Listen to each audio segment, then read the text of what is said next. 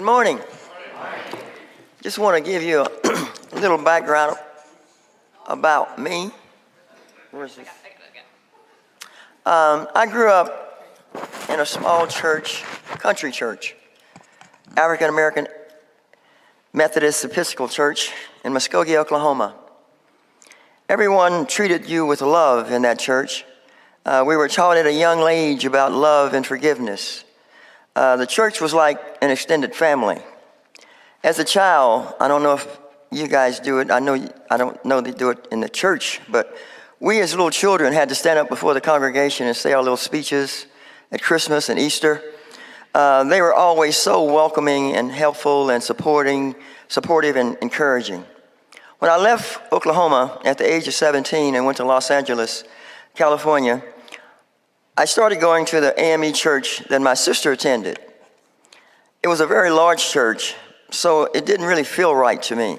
So I stopped going to church when I was about 18 years old.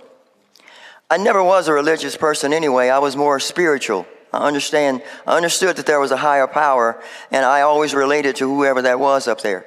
But I was never that religious person. Over the years, I would be in and out of churches. When I retired and came back to Oklahoma, I felt, well, you're getting old. It's time for you to find a church. So I started attending Higher Dimension with Bishop Carlton Pearson. The music in that church was absolutely divine. And when he preached and he would break out in song, it was electrifying. When I was there, Bishop always made us all feel that God loved us all. I had never felt that in most churches that I attended since I was a child. During these days, I traveled a lot because I was a national president of an organization, and they had most of their events on the weekend, so I was never any one place on a Sunday. So I went to Higher D and found out that they had closed or they were not there while I was away. And then they were downtown. I started going downtown, and again, I was away when they decided to come here. So about 9 years ago, I found them and started coming here. I was really impressed with this church because it gave its offering away every Sunday to the community. After I retired, I thought I'd had a pretty decent life in working, and I wanted to find a way to give back to the community. So I got involved here, first with House 2, and that's where we went out and helped people reconstruct their houses. And then with the Intercultural Bridging Team. I was also on the Social Justice Council, the Soulful Circle, which is a small group that we get together on Sundays and talk about whatever the issue is for the month or the theme. I worked on the CRB on Sundays to pack groceries for the schools. Then I helped deliver the groceries, serve the food, talk to the children and their families at those schools. I teamed up with my special friend, the late Sheila Swearingen, to start Voting is Power. Sheila and I went all over Oklahoma, Stillwater, Oklahoma City together, and it was such a very, truly special relationship that I had with her. And we started Voting is Power, and now I'm on the Board of Trustees, as Barbara had said.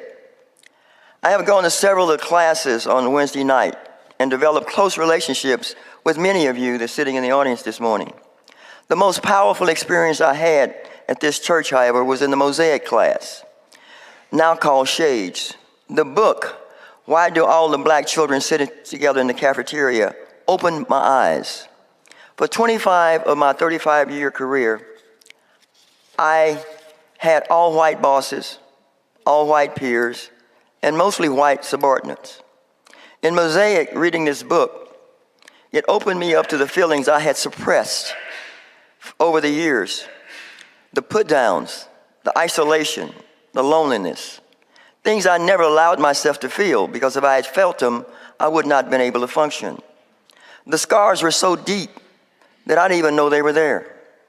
During the 10 months of this class, I started to release all of the pent-up emotions. My class members allowed me to spill my guts once a month and allowed me to receive and start to be able to heal the pain that I had felt all those years.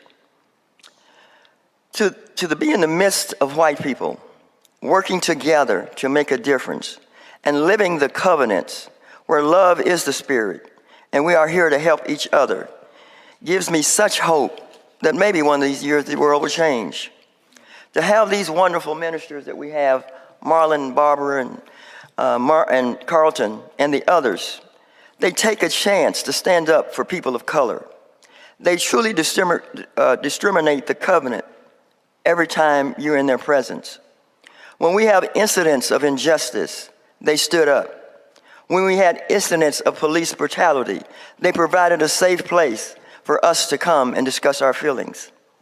As an African American female that's been through hell at the hands of white men, I've been through hell, and to stand here today and say that I love from the bottom of my heart all souls, because the ministers and you as the members who made me feel welcome, which I have never felt any place where it was predominantly all white. Our country right now is at a serious point. We are separated on so many different issues. You know, you have the whites, you have the blacks, you have the Hispanics, it's so many things that we're working against each other. When I come into these four walls, this is the community. And this church reaches beyond these four walls to do tremendous work in the Tulsa community. I give to this church because of these reasons and more. I will use my treasure, my talent, my experiences, my education to do all I can do to live this covenant, to make this church a better place. This church gives me the same feeling that I used to have as a little kid when I'd get up before them and everybody there made me feel comfortable, warmed, and loved. Also, you're awesome. And I love being here at this church, and thank you.